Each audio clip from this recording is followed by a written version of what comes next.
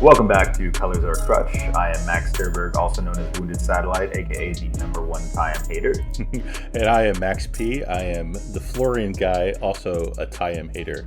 But today we're going to talk about some interesting stuff that's especially relevant right now, considering what my co-host here did in Ka0s. And that is, we're going to talk about deals in CDH. And before we get into that, though, we are going to go through the results of Ka0s, where Max top forward. Congratulations, Max. Thank you. We'll go through some of the decks that made top 16, although there wasn't anything crazy in them, but we'll still go through them. And then we'll talk about the crazy game-winning deal that Max managed to pull off in the semifinals. So with that, why don't we go ahead and jump into some of the top 16 decks from Ka0s Series 6. Do you want to start at 16? Yeah, let's start from the bottom, right? Sweet. So, Black Weltall on Sisay. I think there was there two Sisay decks in the finals? Yeah, there were two. Yes. Yeah. We had Sisay coming in at 16 and Sisay coming in all the way at 5. So he was a top 4 seed going into the top 16. Yeah, and I think we're seeing more and more Sisay these days. It does seem to be getting a little bit more popular. I like it because it's a versatile list that you can really customize and do different things with and sort of adjust to the meta. And it seemed to work here. It's an excellent toolbox deck. It's one that gives you so much variability in gameplay, really makes your brain work in finding that correct line for the situation because there's always many different roads that you can take. I'm comparing the two lists here to see what the difference is between them. I think that's a good way to take a look at these decks. And they do have a pretty surprising amount of difference at 24 cards. Yeah, that's what I'm seeing all the time, is every time I look at a Sisay deck and I compare it to another Sisay deck I know about, there's always like 15, 20 plus card differences. That's kind of the nature of Sisay, which is a great thing for a lot of people. You could be unique and play a proven commander at the same time. So Definitely. Cool. It seems like the could be anyone who came in 5th place is on a little bit more of a turbo build, is kind of my interpretation of what it looks like. And then Black Weltall over here at 16th place on a little bit more of a control package, a little bit more resiliency potentially. Yeah, what are the turbo cards that you're talking about? Like, what's the? I never see Sisay on Mana Vault. What in the world? Yeah, like Mana Vault, he's on stuff like Noxious Revival. They're often missing some of these free counter magic, like Force of Negation they don't always care about. It's on, I guess Ashiok Dreamrender is an interesting one. I'm surprised Jewel Lotus is not in Weltall's deck. And I guess also seeing the inclusion of Rocco. I've seen Rocco in ones that are really trying to go off a little faster because it's a 5-mana Dockside. Cool. Which just lets you start the Storm Chain while also providing you 3 colors for Sisay, which immediately puts you at a win line, I believe. Makes sense. So we're not going to dwell too much on each list. We're going to keep moving. So next up is 15th, which is yet another Tivit list. I don't know the last time I saw a top 16 list of decks that didn't have Tivit in it. So this is the representative of Tivit in this one. It's Temujin again, who's excellent Tivit pilot, still relatively new to the CH community and has been putting up consistent results each and every time. I have some wins against him, I have some losses against him. Really talented player. It looks like a standard list. It looks like he's on most of the stacks pieces. He's got the Graph Diggers, the Blind Obedience. He's got the Tyrannith. He's got most of that package, which I always think love. And yeah, it definitely is. I think Tivit is this like mid-range control deck, kind of in the same category. But Kinnan, it's a deck that is totally fine waiting out the games, and I really do appreciate seeing inclusions like Languish in a Tivit deck. Yeah, it's so good in the meta right now. We're so creature heavy, and it wipes the board of pretty much anything that matters, and it's not going to kill your Tivit. Yeah, absolutely. It's you got a big 6/6. You can do a lot of damage to everything, and it doesn't affect you. So it makes perfect sense. I may have to bring Languish into some of the stuff I'm working on with Talion, but it doesn't. Yeah, that's a separate conversation. Anyway, separate conversation. So I will say you can tell you can always see Kinnan's effect on the meta when more decks start running containment trees. Yep.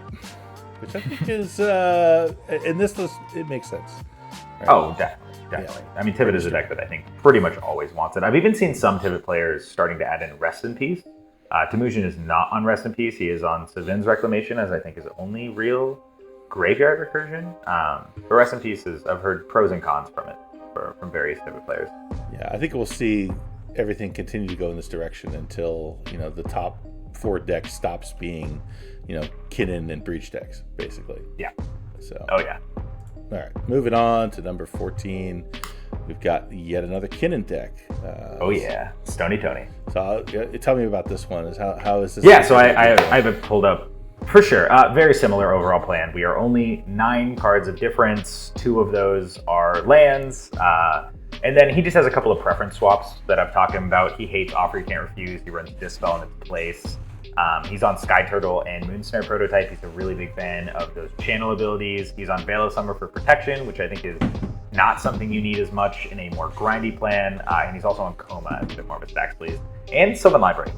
Sylvan Library is, I think, suboptimal at this point, but if you want the card advantage, I totally respect it. And Summoner's Pact, normally a bit more of a proactive Kinnan card to really eke out that early Seedborn. I don't think it's as good in the more advantage-based grind builds, but he's on Colossal Sky Turtle, which Colossal Sky Turtle and Summoner's Pact are best buddies, hold hands in a park. I mean, being able to get that removal at instant speed is really, really important. The cards he's missing from my list that are notable, Mindbreak Trap, I think is one of the best counter spells in the format, especially for a deck like ours that is weakest to decks going off and storming in the first couple turns. I think having that free interaction for those types of players is really important. He's missing 2 artifact tutors in Fabricate and Trophy Mage, so definitely a little more committed to the grind, not as worried about getting the win once you have the advantage right away. No Pongify, just a piece of removal and important for endurance loops. No Karn the Great Creator, which is, I know, not an often pick, but one that I've been really high on. No Copy Artifact, which I really like right now for copying the One Ring. And no Force of Vigor, which is just interactive preference. He has the channel abilities instead, and that seems to be working for him. And I mean, overall, super talented guy. Awesome way to follow up his Cookout win with another top 16. Very nice, very nice. Okay, I think we covered that one. Moving on to number 13. Yeah, he was in your semifinal pod, right? I watched that game. Yes. Yes. Seems like a pretty strong player. We're going to talk about him more later. Very honorable guy, right? Yeah. Yeah. Utmost respect. We'll get to that in a little bit, but utmost respect for him. But looks like a pretty typical blue farm list. He's running Lavinia. He's running Mnemonic Betrayal. No Praetor's Grasp, but you know how I feel about that. Definitely. But everything else looks very standard. I don't see anything too spicy at all. I mean, you don't always see like Fire Covenant, sometimes not included nowadays. I'm a big fan of it. Yeah, I mean, I think I see it a lot. And, you know, although I think, you know, people I think are leaning away from creatures a little bit more than they were. So it's a little bit worse, in my opinion, than it was previously. But it's still just a really strong one-sided board wipe. So it makes perfect sense to me in this list. Yeah, especially when you want to get through Timid attacks. It can be a really powerful card. Yeah, definitely. Okay. I think that's it for this one. 28 lands, something special. Moving on, I think.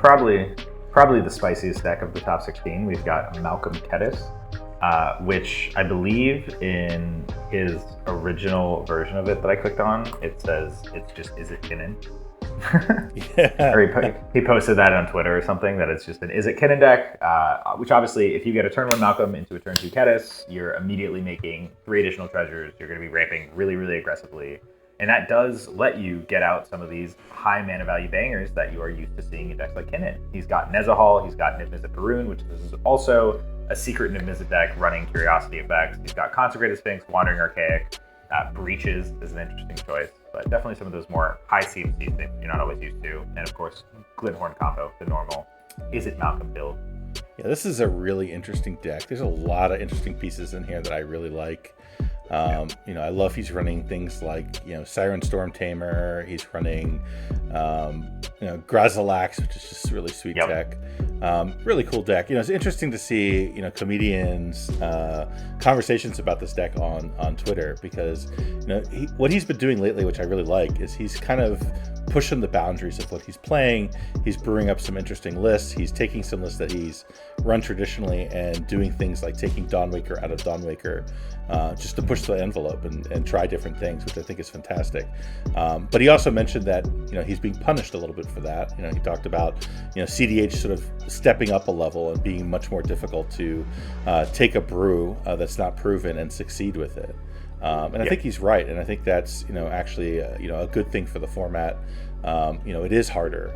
It does take more effort, and you do have to find competitive places to test your brews and really hone them and get them to where they need to be to succeed. But, you know, no one does it better than Comedian. Such a talented player. Such a talented player. So congratulations to him. And actually, one more card that we missed that I actually think might be the spiciest included of the deck. He's on the reality chip. Yes, I saw that, which is that is cool. Really I sweet. dig that a lot. Yeah, I love that card. I've long looked for a good deck to stick it in, and it's been kind of difficult, but yeah, very cool. All right, so moving on. We got Ka0s Sharky's build.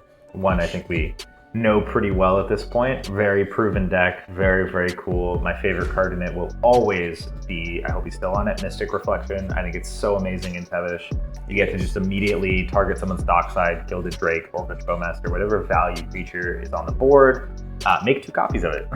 Like, how good is that? And it can also be a hate piece. If someone casts their own dockside, you target a Thrall token and you give them a Thrall token. Yeah, you can almost call this deck like no bad cards Grixis. I mean, every single card in this deck is just sweet. Lots of synergies, lots of great combinations of cards here. Just really, really cool. And Sharky's just incredibly talented. I mean, every time he enters a tournament, everyone needs to get their shit together, because if he's in your pod, you better be ready. Oh, definitely. You see the fin in the water, you're gonna get a bite. It is a really good deck. Yeah, he's on 26 and I really do. lands. Was he always on 26 lands, or is that less than he was on before? I don't even know. I don't know. I think that's probably about the same. I think that's also correct for this. Like, this deck does. I mean, this is really, if you compare this deck to Rogsai, I have a buddy who plays Rogsai and now Sharky's Ka0s list because he just can't stop playing Grixis. And they do share like 85 cards. It's a very, very similar shell. So it still has the full ramp package. It's just missing a couple of niche things like Springleaf Drum that work really well with Rograk. So you take a half step down in speed. You still have all of the same turbo win cons, but you have just this so improved grind package and a different set of win cons as well with Ka0s. But I mean, the commander of the deck is Ka0s. Braum is there for colors most of the time, and the amount of things you can do with Ka0s and the amount of value you can accrue with him allows you to push through these turbo win cons at a later point in the game and really grind with those mid-range decks. The other thing I like about this deck is it's really got that Opus Thief package going on, and it's got Time Twister, Wheel of Fortune, Windfall, then it's got Bowmasters, it's got Notion Thief, it's got Narset.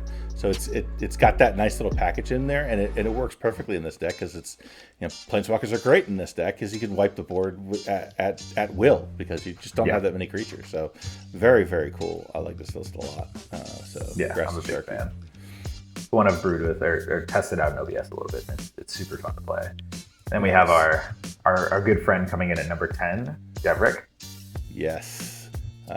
Just coming off his Mox Masters championship, playing his Najila deck again.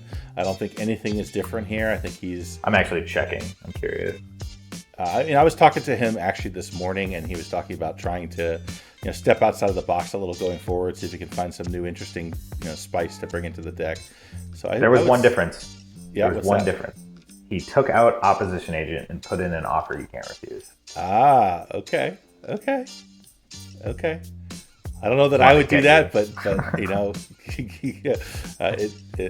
I guess it didn't work because he went from winning to a measly 10th place. So come on, exactly. Devin. Only 10% is good. Yeah, what were you thinking, man? What were you thinking?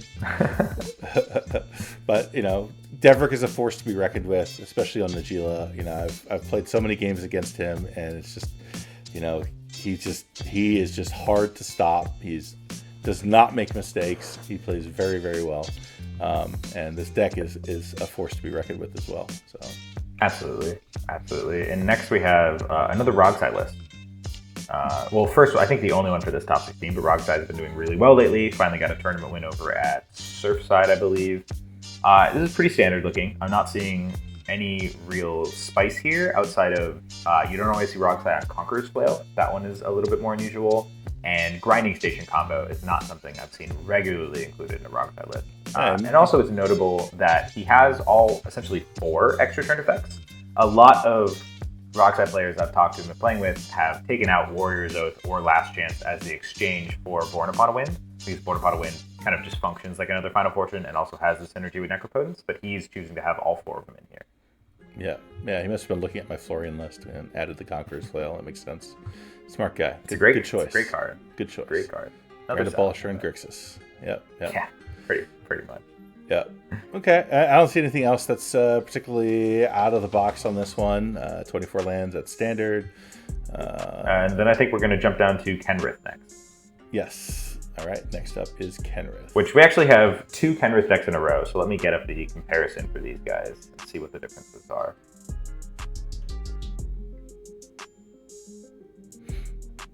So you have Just Ice, who was the overall winner of the last Chaos, coming in 6th place. And then you have Adam Bork, who I don't know what his name was. I think it was PTD on Discord, as the player in 7th. If you look at the comparison here, 26 cards different. I mean, 5 colors. What do you expect? That's what you get. That's what you get. So but PTD's list is interesting. I keep seeing him come up. I think he's done well in every tournament I've seen him enter in the last 6 months or so. I mean, he's been top 16 over and over and over again. So he's doing something right here. And you know, I mean, these decks are. Is the other deck, is the other Kenrith deck running the Teferi Kitten combo or no? No. So PTD is essentially on the King's Kitten. The King's Kitten 2 is what he called it. And yeah, I mean, you're on a much more mid-range list. He's on Deadeye Navigator, Bloom Tender Lines, which I know is one of the infinite combos. He's on Displacer Kitten Teferi, he's on Entomb, he's on Survival, he's on a much bigger creature package, a lot more resiliency. Way better flexibility with stuff like Eldritch Evolution. He's on Finale Devastation. He's much more going for creature combo. He's even on Cloud Shift, which is an interesting choice. Versus Just Ice, who we're looking at 5-color Turbo Naz here. I mean, the cards that he has that PTD is missing. We're talking Dark Ritual, Gamble, Mnemonic Betrayal, Final Fortune, Spirit Guide, Veil of Summer, Jewel Lotus, Skirk Prospector, Mana Vault, Ad Nauseam, another Spirit Guide, Tinder Wall. Like, he's clearly going for speed. He does not care about getting to that mid-game and grinding. He's trying to just win.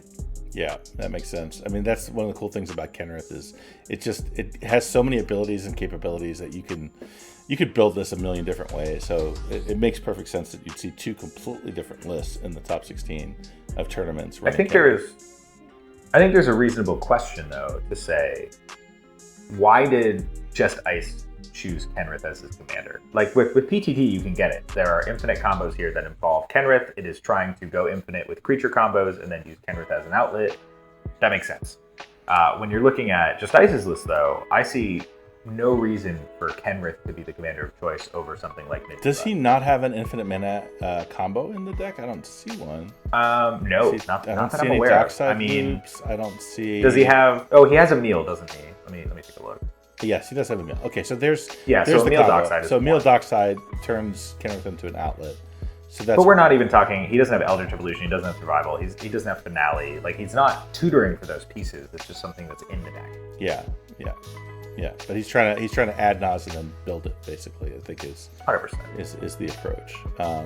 So, and why this? I mean, I guess it comes down to, like, you look at Kenrith and you compare it to Najeela and you decide which utility you want better. Do you want a commander that can just win by itself in the command zone, or do you want something that adds utility to trying to put combos together, which is, I guess, do you think there's some level of, hey, I just won on Najeela, I'm going to bring 98 cards to the same deck, but just put a different commander in its place so people don't have such a target on my back for me? That's a little bit of brewer's advantage. That's an interesting question. That is a very interesting question. You know, I'm going to reach out to him and ask him at some point this week, just because that's a really good question.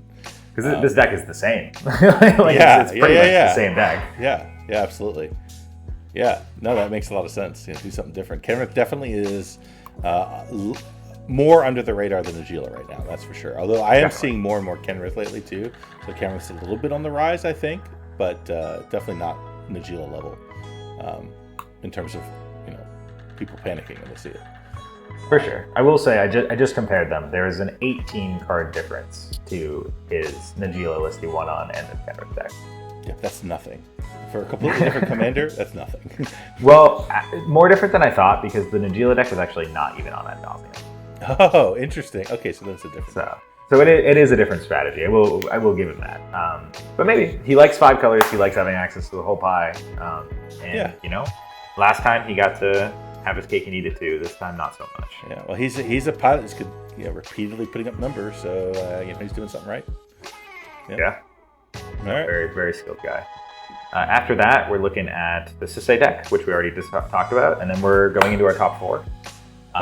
Let's jump into. Let's see, another Kinnan deck. Who's this guy? Another Kinnan deck. Wounded Satellite. What's his name? Wounded Satellite. What kind of damaged antenna is that? The politician? He's the politician. No. Yeah, the silver tongue devil guy. That's who that is. And my tongue is gold. So this is your Kinnan list. Anything different here from what you ran recently?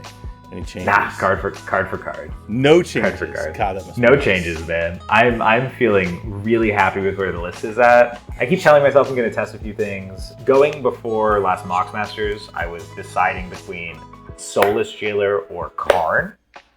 Ended up deciding on Karn, because Karn is more generically busted. Soulless Jailer is more of a hate piece for Breach and Tayum, which I already have some hate for Breach and Tayum. But there's also the big difference of Karn is completely untutorable in the list. It is all generic random draw value versus Soulless Jailer is an artifact and a creature that I can tutor for in a number of ways if I want that effect. Ended up sticking with Karn, and Karn was gas. For, all of my testing the days before last Mox Masters, during Mox Masters, and the week leading up to this tournament, and I was just like, no, we sticking on the big boy. We're not taking him out. And once again, Karn is, he's amazing.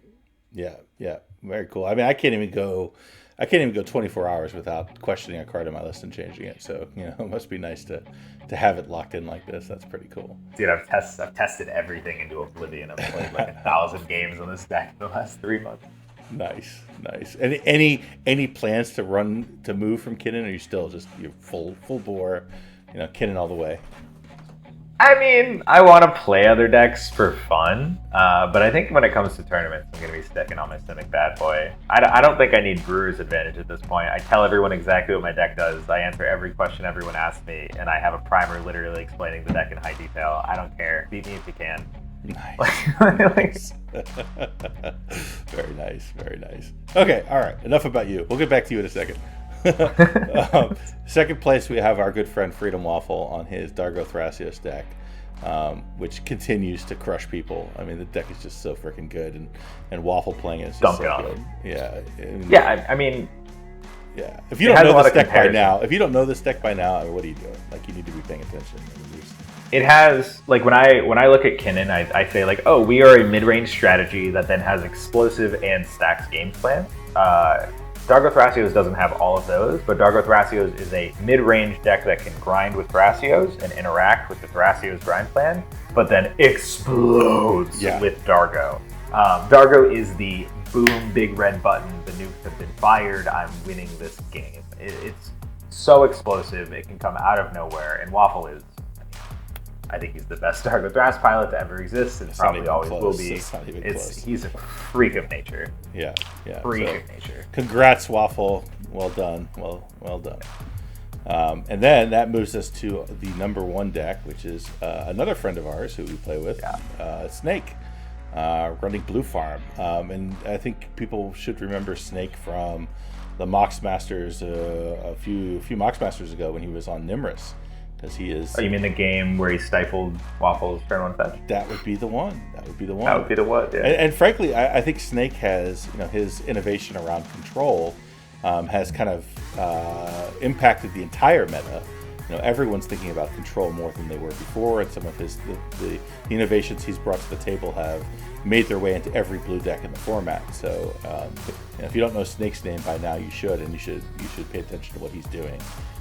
Because he's a thought leader in this space. And he's a Viper too. He is ready to bite and take things down. He's an amazing player.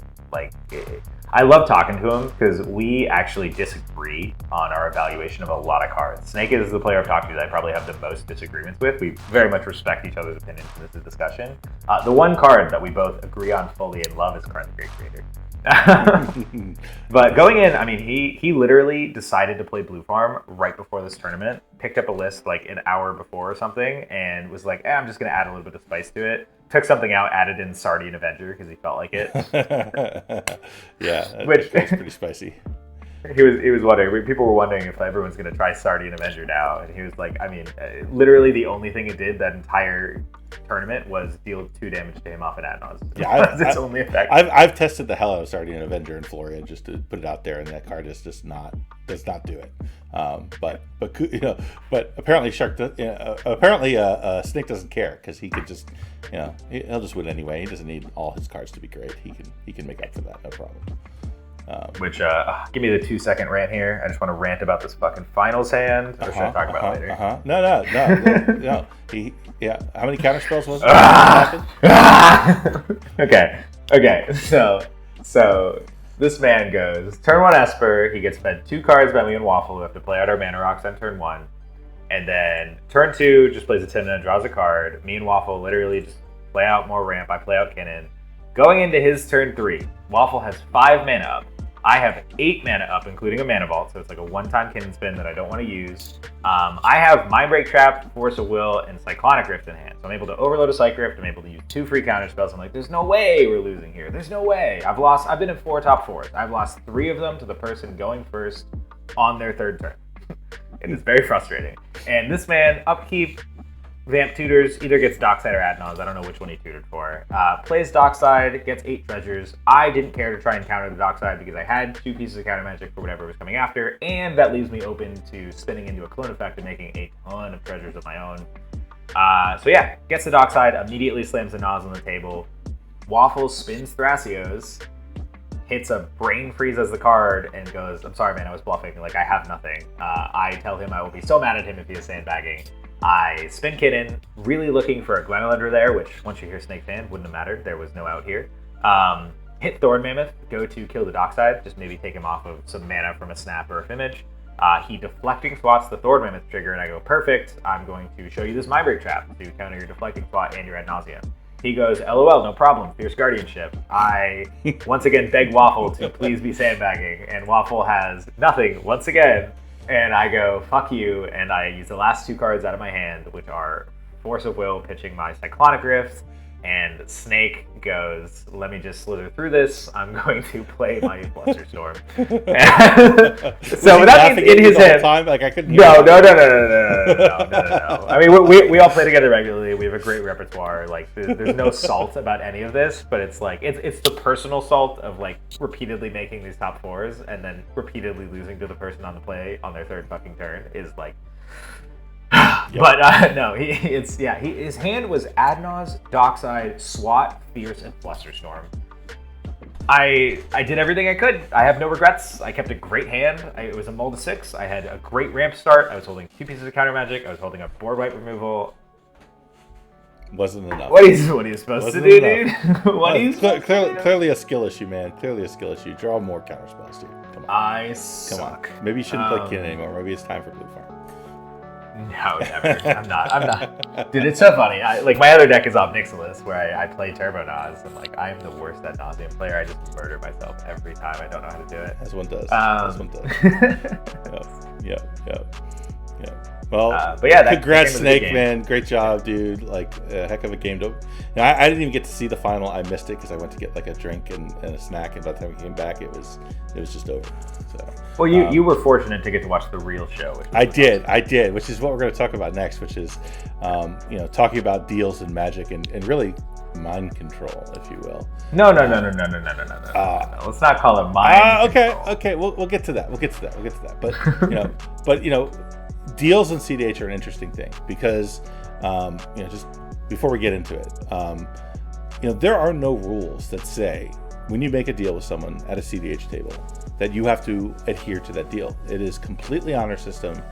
You say you're not going to, kill someone if they agree to not, kill your creature or something like that. They could turn around and say, well, I'm going to kill you anyway because this is a tournament and I want money. That can absolutely happen and does happen quite often. So, when you make a deal, it's really on your honor. I've been in some situations myself where I've made deals and I've been on the good side of it and I've been on the bad side of it. And I'll give an example real quick before we go to the real story. And that was, I was at Punt City 2 earlier this year in round 5 of Swiss. And I had a horn of the reverse side of Burgee in play. and I had flipped off of it all the most wonderful cards you could possibly want. Defense Grid, Mana Crypt, more mana sources, and Adnas. And my opponent across the table from me has a Displacer Kitten in play and is looking positioned to win. So I go and I cast my Adnas. And my opponent to my right goes to Spell Pierce it with exactly enough mana to get around the defense grid. And now we're in a pickle, right? Because if my Adnas doesn't resolve, I'm probably not going to be able to find removal to get rid of the Displacer Kitten, and we're probably going to lose to that player. But at the same time, if he allows my Adnas to resolve, I'm going to put a whole bunch of cards in my hand and then win with the horn. So we struck a deal, and the deal was that I would Adnas just until I found exactly removal for the kitten and no further. And that's what I did. I went and I Adnas, I found a Deadly Relic, and at that point, I had to decide whether I was going to adhere to the deal and not win on the spot, or whether I was just going to keep Adnas. Because I had over 20 life left, I could have absolutely won the game. And I made the decision to stick to the deal and didn't go any further. It wasn't enough cards for me to win off the horn and ended up losing that game. But I feel good about it. I feel like, when you make a deal like that, people will trust you in the future. And if you don't follow through, people will not trust you, and it will come back and bite you in the ass. So yeah, I mean, as someone who definitely plays a lot of politics in CDH, more so than other players, I think it's something I'm a little bit known for at this point. I am very big on being a man of my word, and I absolutely commend you and give you respect for adhering. I got to show in a different game that I was an honorable player where there was a mess up with some rules. We didn't notice the interaction between Nyx Bloom and Dampening Sphere. I had the win on board and in hand either way, and I offered the draw in a tournament just to keep it clean, not have anyone feeling that they got cheated out of anything, because that's not the kind of player I am. So I'm very big on playing honorable, playing honest. Don't lie. If you can find a loophole in the deal, if you can find a loophole in the wording, good on you. That's fair play. But yeah, I think we'll get into pretty clear cut. Yeah, I think we'll get into language. I mean, language is really important in deals. Yeah. If you don't do your language right, it's going to cost you. So with that, I mean, why don't we talk about what I see as one of the greatest political executed deals I've ever seen in Magic. And that was you in the semifinals of this Ka0s tournament. Why don't we start off just talk through real quick what the situation was. What should I set the stage? Yeah. Should I give a quick summary of the game up to this point? Yeah. Let me give the quick summary of the game up until this point. We have Just Ice, previous tournament winner, on Kenrith in first seat, me on Kinnan in second seat, Comedian on Malcolm Kedis in third seat, and Sapper on Blue Farm in fourth seat. Game starts off with land pass, land dork from me, turn one, Jewel Lotus, Mana Crypt, Malcolm, which got Mind Break trapped by Just Ice from Comedian, which Comedian was not very happy about. But I do agree with the Mind Break trap there. I think that looking at the table, there wasn't going to be a lot of other decks playing 3 spells a turn anytime soon, so I actually think that was a really good use of the Mind Break trap. And then Blue Farm goes Landfish, and Blue Farm was on a lower mall, so Landfish was perfect for him, and it definitely slowed the game down. I definitely, Just Ice went Land Pass, I went Chrome Mox, Ristic Study, and we did a couple more turns of just feeling each other out, playing out a little bit of ramp cards, but nothing too significant. On my turn 4, I am looking at a hand that has Force of Negation, Moon Silver Key, and Crop Rotation. So I have a win line on hand, and I have the mana to do it. So I say, fuck it, let's shoot the shot. Comedian and Blue Farm were on a bit of a low mall, and they didn't really have mana up.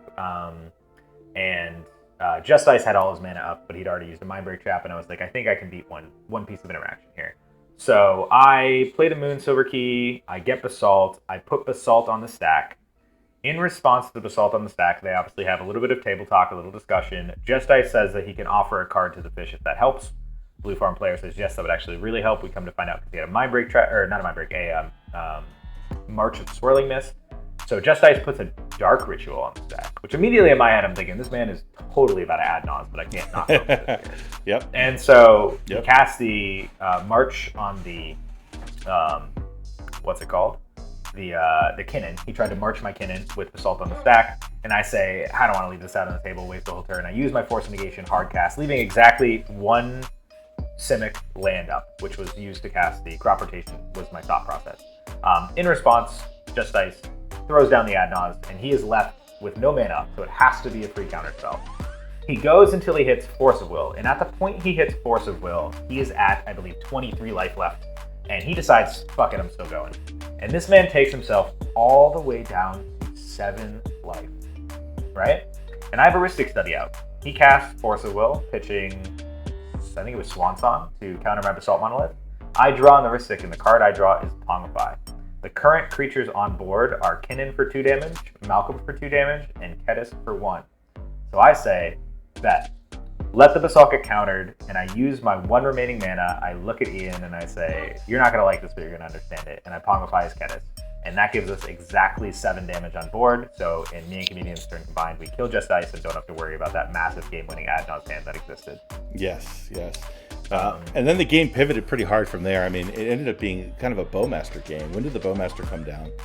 Yes, so I think it was 2 turn cycles after that. I played my next turn, I think playing out just ramp cards if I remember correctly, and then on my following turn... The dork that get promptly Bowmastered, I think, is what happened. One of the things. It was that and a Talisman, I believe. But yeah, something like that. And so yeah, I play out Dork, played out Talisman, and then on my following turn, I decide to cast a Seagate Restoration. Seagate Restoration, which Ian played a Nezahal in his previous turn. Yes. There's a Nezahal trigger on the sack first. Nezahal's super important here, because Ian only had 1 card in hand for the record, which means right now you cannot use Nezahal's protection ability. So he plays the Bowmaster, ETB trigger targets Kinnan, and the Nezahal trigger targets Kinnan. So Kinnan's gone. I then draw a new hand of 8 cards off of the Seagate Restoration, where I'm immediately like, this is your chance to kill the Nezahal if you want to kill the Nezahal. You don't kill it here, you're not getting rid of it.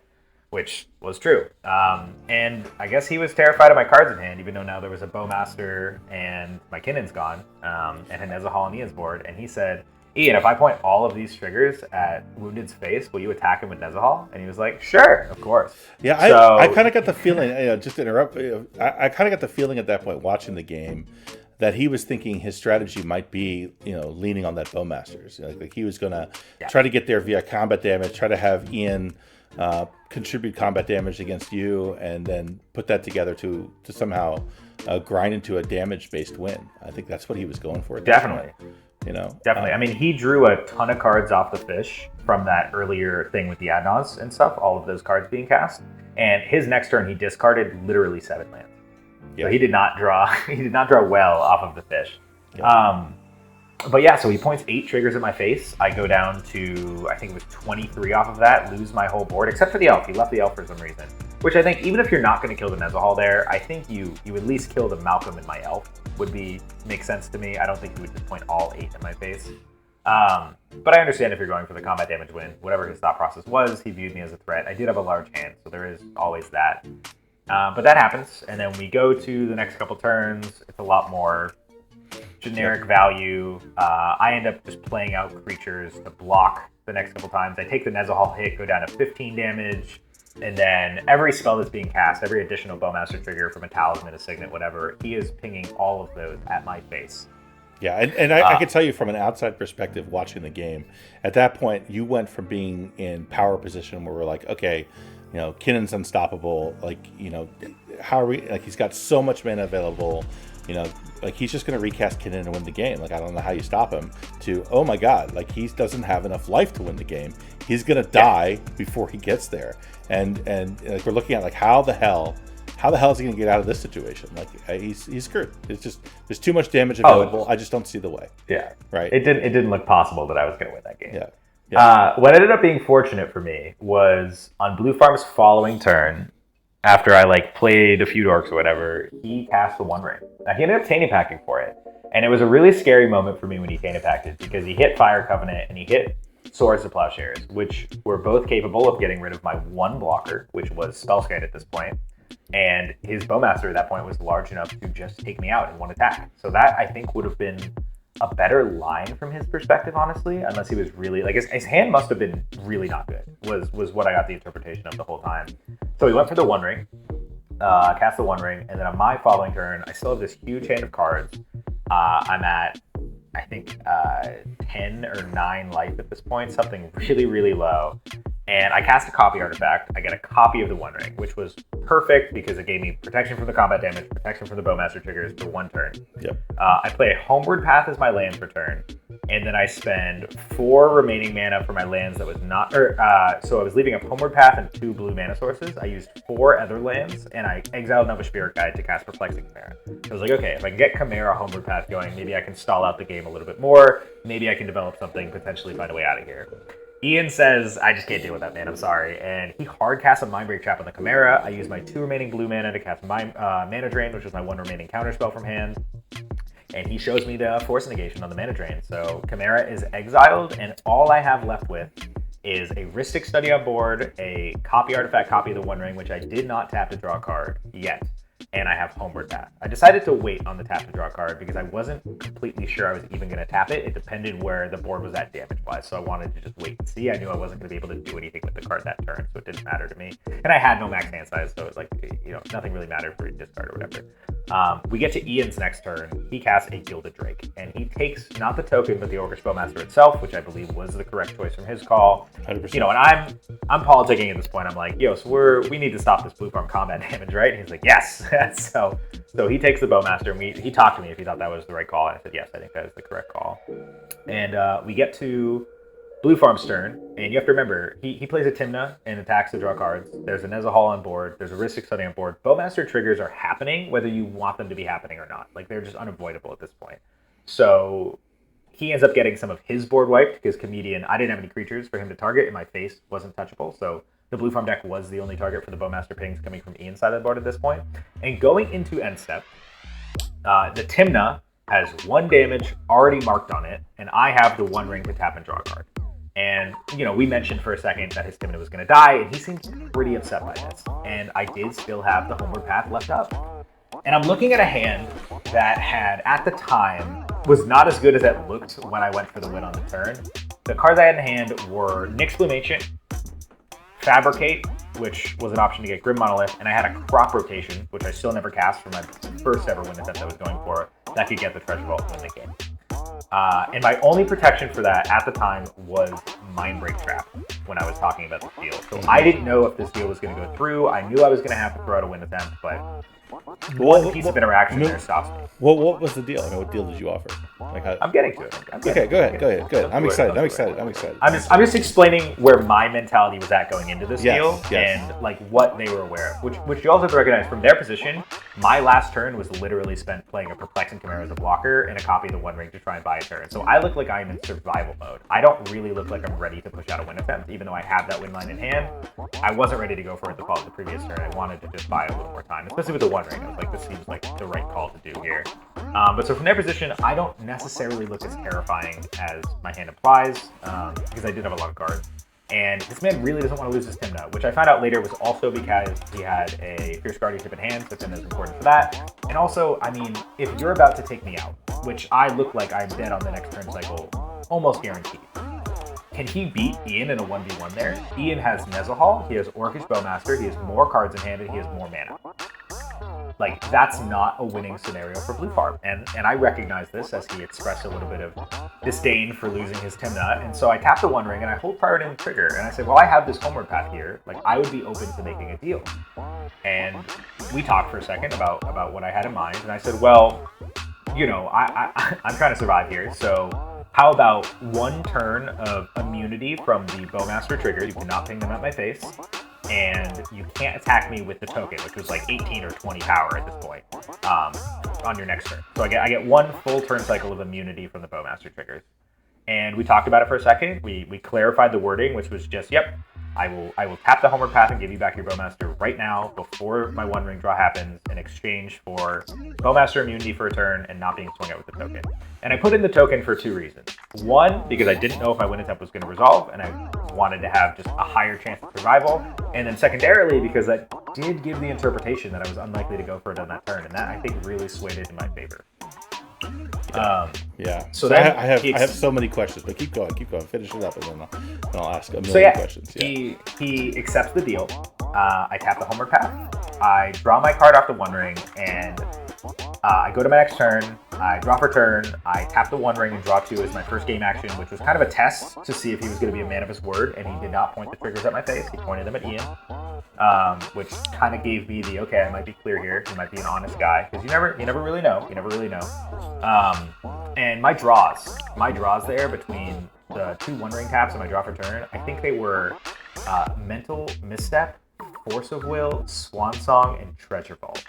So I was like, this is gas. like this is about to win the game right here, 100%. So first thing I do, so I don't make my land drop return, which none of them like mentioned, which I was, maybe that's something to look out for if you don't see the land drop come down first there.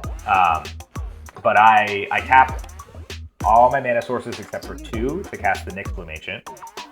And then I tap one of my mana sources for 3 mana, use 2 of it to cast Simic Signet. Simic Signet is huge there because it produces 2 mana naturally, so it makes 6 with Nyx Bloom. So I use the 1 remaining floating mana to tap the Simic Signet, make 6 more mana. So at this point I'm up to 9 mana. I just go 3 blue, 3 green, and 3 colorless out of the 9 mana. And I cast a Fabricate. And this was kind of the oh shit moment from the table. And also for the record, I took 1 damage off the One Ring at the start of my turn because I did tap it on the end step. So that put me down to 8 life, and then I lost my mana crypt roll, which put me down to 5 life. So that's all I'm at here. So at this point, when I cast the Fabricate, that's going to trigger Nezahal, which is going to trigger Bowmaster. If we were to start pinging my face right here, I think I don't get the win. If this was the moment where he decided, I'm not a man of my word, I think this is too scary, I don't think I win that game. Fortunately, and what I honestly believe is the correct thing to do, he was a man to his word and he did not continue doing my face. Ian says this could be scary, but they were also talking for a second. They were like, maybe he's just getting a copy of the One Ring to try and stay alive a little bit longer. In my head, I knew I was going for Grim Monolith because I had Treasure Vault, but I definitely didn't act excited during this time. I'll tell you from the outside, watching it, like I knew you were going to win. I mean, like I knew that was the only possible option at that point, was you were going to win on that turn. Like it was going to happen. Love that confidence. But Ian cast a dual caster mage, which was really surprising to me. I was super confused. I had to think about it for a second, like what is this possibly doing? And I guess in my brain, it was Ian saying, I don't think he's got it this turn. And so he chose to dual caster mage to Fabricate, which tapped him out on mana, which was huge. He might have had like 1 treasure up or something. But yeah, dual caster mages gets a Phyrexian Metamorph, which I guess is him saying, I want my own copy of the One Ring. I think this game is going to keep going. I get Grim Monolith. And the second I reveal the Grim Monolith is where I hear Ian just go, oh. Yeah. That kind of like realization of what is happening in the moment. And he goes, this is the win here. This is the win. And I'm like, well, it's infinite colorless, man. I still need an outlet. And he goes, yeah, but like infinite mana. And I was like, yeah. And they start talking, but they're like, well, you could cast Kinnan and he get, 2 Kinnan spins, 1 Kinnan spin. It seems like something like that. And so I cast the Grim Monolith. And this is where Sapper checked in with me. Ian immediately was like, bro, you gotta start pinging him in the face. And Sapper was like, I'm a man of my word. I made a deal, which utmost respect. Mad props for it. What he did there is he checked in. He said, am I allowed to start pinging down the Nyx Bloom? And I said, yes. The Nyx Bloom was not a part of the deal. You're totally cool to ping down the Nyx Bloom. Which did get close to actually killing it. But yeah, I cast the Grim Monolith. He casts a Fierce Guardianship. These things are all triggering Nezahal. I cast Force of Will. So we end up with 3 damage triggers on the Nyx Bloom Ancient. It's a 5/5. Force of Will resolves, counters it. Grim Monolith lands. I tap the Grim Monolith. I make infinite colorless mana. I slam the Treasure Vault from hand. You didn't just slam it. You didn't just slam it. Go. How did you play it? Come on, talk us through it. Whoa! I'm about to say it.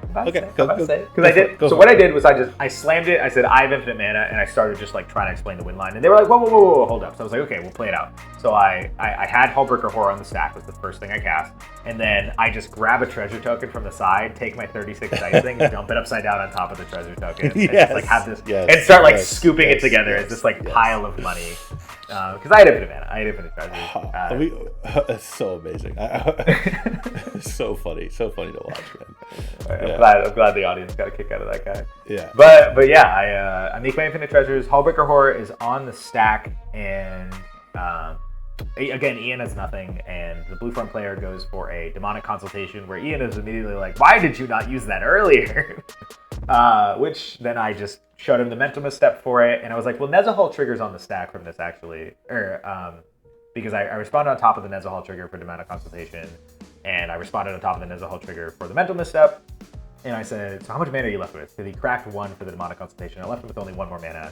So I tried to cast Endurance first to trigger Hullbreaker Horror. They were like, Hullbreaker's on the stack. I was like, right, you're correct. So I took it back, which is totally fine, by the way. If you like quickly show something and take it back, that's not a big deal. And then I auto-warred the Bowmaster since he didn't have the ability to recast it. So Bowmaster's gone. Ian can draw his 2 cards. Menta Misstep counters Demonic Consultation. Hullbreaker Horror lands. I cast Kinnan, bounce the Nezahal with Kinnan, and then explain the win line. I had Thrafty with Amp Finale Devastation in hand. It was easy peasy lemon squeezy from that point. Beautiful. So much fun to watch, man. Good job. Well done. But I have some questions. I have answers. So I guess my first question is like, at what point did you even realize that you could use the Homeward Path that way, that there was a deal option on the table and that it was worth going for? So I was aware of the Homeward Path the second he cast the Gilded Drake. Definitely aware of it, but I had no reason to do it at that point. Like there was no thought in my head of him going to activate it, but I was aware of its existence. And when I really thought about it, I was like looking at this win line in hand, and I was like, man, like how am I gonna get this to happen? And at the first part, when it was during Ian's turn, and I was looking at that win line in hand, I was actually happy that Ian had the Bowmaster, because it meant that the Nezahal triggers don't trigger it, and I can choose to not draw and Ristic. So by doing that, it actually meant that I was safe from Bowmaster triggers. If that makes sense. Right. So, you couldn't ping you anymore. Yep. Yeah, there's always an option there where I could just say, I'm going to take the chance there. And there's totally a world where it's like a better line to not even make this deal. But my thought process was, once again, I'm only looking at one piece of protection in hand, and it's a Mindbreak Trap, which if I cast the Nyx Bloom Ancient and the Nyx Bloom Ancient gets countered, I do not have the mana to cast that Mindbreak Trap. So I have a very fragile win line here where I might just need to like fabricate for a 1 ring or something. I don't know for sure that I'm going to be able to go for it here. I know that I'm going to try, but like I don't know that it's going to succeed. And so I don't look very threatening at this point. It might have been better, honestly, to just leave it with Ian and trust that the Nezahal triggers aren't going to activate. But then he also does get the triggers off of stuff like my 1 ring and stuff like that, which I know will be coming at my face for sure there, which you have to keep in mind. If we're at that position in the game, I take the 2 damage from my 1 ring, that puts me down to 3. I end up needing to use a Forcible, that puts me down to 2. It's very possible that they could find like 1 or 2 more damage things there, especially if I need to draw a card for something.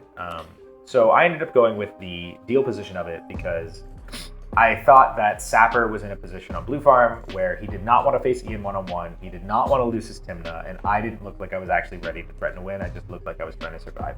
Yeah, I'd see this is where I kept using the word, mind control, and I think I don't mean it from the perspective of you mind controlled Sapper into making the deal with you.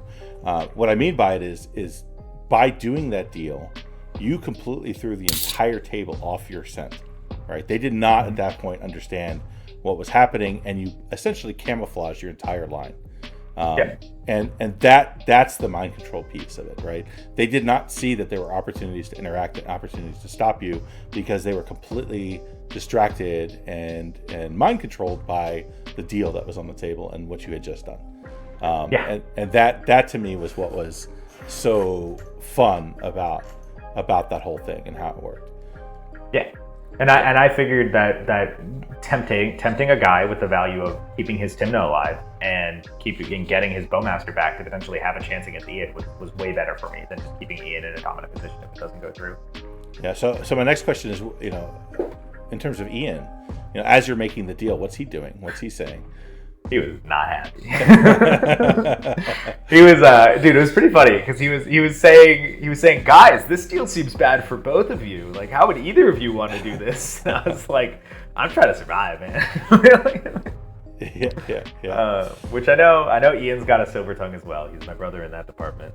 We don't quite have the forked tongue of snake, but we're good talkers. We're good talkers. Yeah. But no, I mean, Ian was not happy about it. I don't think Ian thought I was going for a win. Like, I think him using the dual caster on that Fabricate really shows that he did not think I was going for a win. I was totally confused by that watching. I didn't know what. Yeah, I was thinking maybe like he was hoping he had something in his deck that he could flash in somehow and do something with. I don't know what was happening. What artifact has flash though that costs like 1 or 0? I didn't know his list, so I'm like, is he running like Shimmer Mirror? What's he doing? I don't know. That one was a bit confusing for me. I think the one thing I think it's important with politics is there's a lot of awareness there to have a win line in hand, be dealing with the stressful board state, and still understand that this is a moment I can take advantage of. And I think that shows a lot. When you are trying to pilot a deck at a high level, you need to be aware and on the top of your game in every second of every game. You need to try and eke out every single percentage of advantage that you can possibly get. I don't think deals are a bad thing, by the way. I think deals are sometimes really necessary to survive the table. And there's lots of the ones like you talked about where it's like, I'm going to add nods for interaction. And you're going to let it go through, and we're both going to be honest human beings, and we're going to let this game continue rather than just lose right away. Right.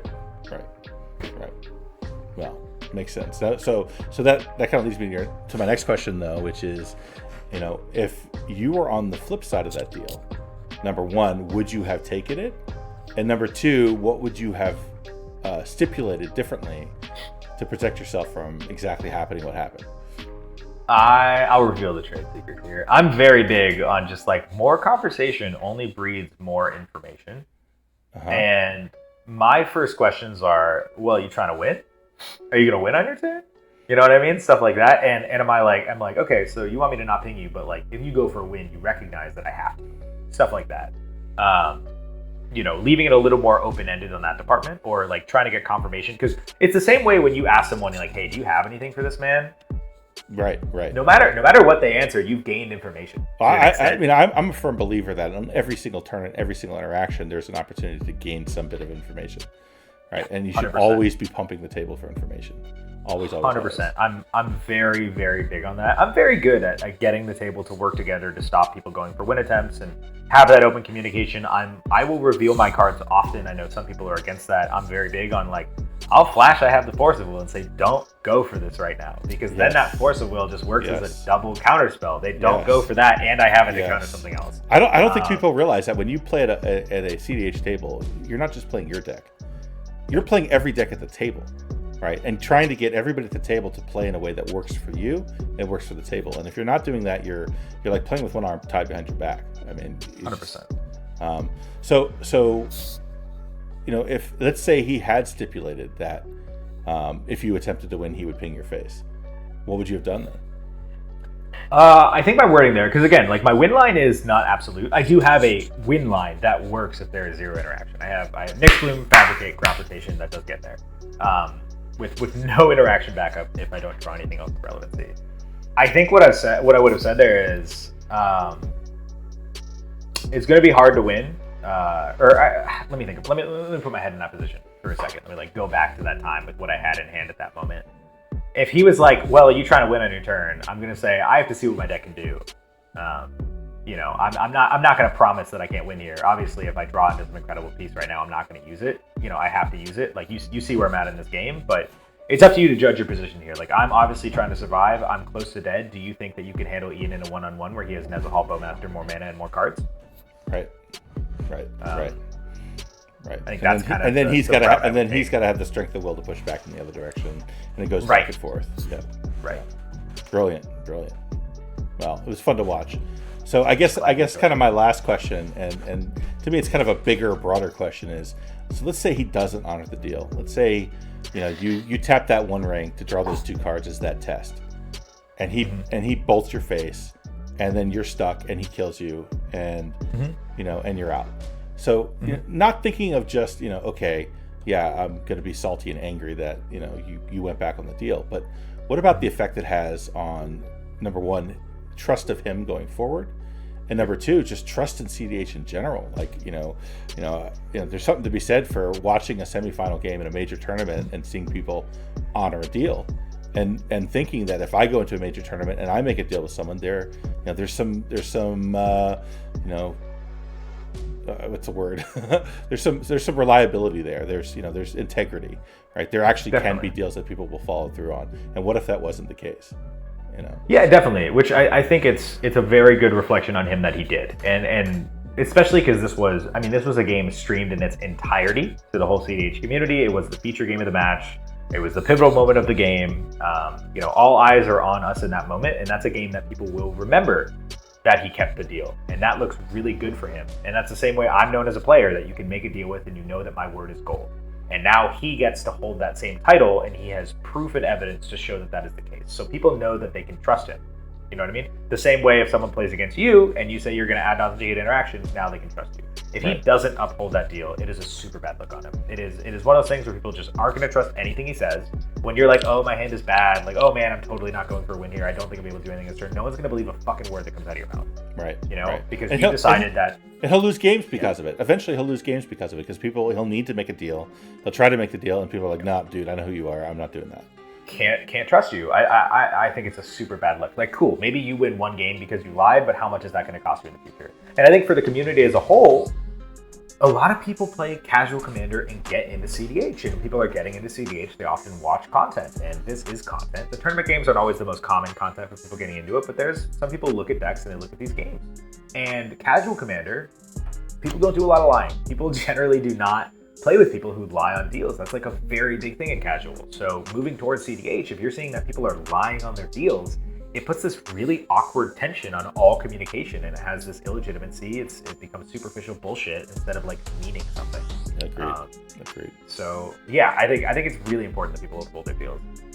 Do I understand it if someone lies to win a tournament? Like, I get it. I totally get it, but it's not the right thing to do. Yes, and I agree. One more time, just want to say, like, mad respect for Sapper. Yeah, you're an honest dude. You have my respect. I hope to play with you more, and good shit. Yeah, I hope others follow his example. I hope deals continue to be a thing in CDH, and I think they're a powerful ability. I think they add to the richness of the game itself. So I was happy to see that happen. It was a magical moment to watch, and I think it's good for all of us. So I think that's it for today. I think we're good.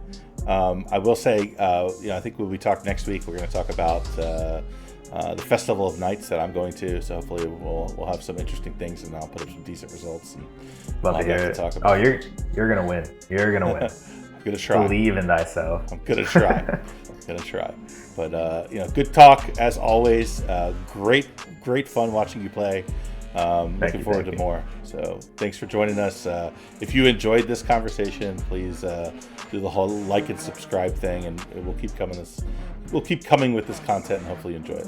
So thanks a lot. Hell yeah. One more time, we are Ka0s Crutch. I'm Max Sternberg, also known as Wounded Satellite, also known as the #1 time hater.